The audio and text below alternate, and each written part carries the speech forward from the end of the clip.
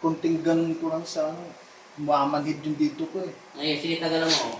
Bilang ka 1 to 50. Hindi, ibaba mo talaga kuya yung paa mo. Yan. Huwag mo lalagyan ng ano kuya para malaman mo. Ibig mong sabihin, sir, hindi mo nagagawa yan dati? Yun, ano kasi yung mamamanhid pag nakaganyan ako yung nagtatricycle ako, wala sa kuwan. Gaganyan ako sa ano, Mamanhid. mamaya, mamamanhid na yung dito ko, tatay ako ng ganun. Oo, para na. Hindi, sige, pupupo ka muna. Bilangan mo, 1 to 100. Ay, 1 to 50 lang, malalaman mo na dito. Sa isip mo na lang. Para malaman mo kung talagang may sumasay. Yan, ginagawa ni sir, yung mga pag-upo na dati niyang hindi nagagawa. Ano, Mr. Pogi? Pero malaki na pinagkaiba niya, sir. Okay na? Mga ilang Inom ka muna ng mamanhid gamot. yung dito ko. Konting. Ilang minuto lang. Sayang yung pera. Kaya tatayo na ako niyan. Hindi ka ulit gamot. Tingin ka ulit sa dati. May sakit ka kasi sa spiritual eh. Maraming gamot sa India. Babae, Muna sa inyo yung At- galing sa mga ano Meron yung kasi generic kaming style. kapitbahay doon ako sa akin. Galit pa. At, ha?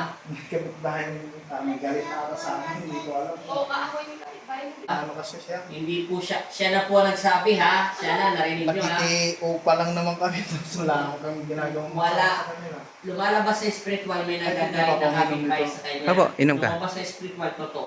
Gorilla. yung sakit niya. Yung sinasabi mo, ayaw tumistrip yung katawan mo. Galing po yun sa mga nerves niya. Ang tawag ko doon, yung mga nerves po niya, mga ugat na ipit. Kaya napipigilan. Okay na po ha. Hindi po yung tinulang ng kapitbahay ha. Baka narinig nyo lang. Naisipin nyo ng mga kapitbahay. May nagagalit lang sa kanya. Lumabas pa rin sa spiritual. Nilabas na ni Magnetico. Pero hindi naman po tinuturo ni Magnetico na magalit siya sa kapitbahay niya. Ipagdasal mo siya sa iyong ama. Upang maging mabuting tao siya sa iyo.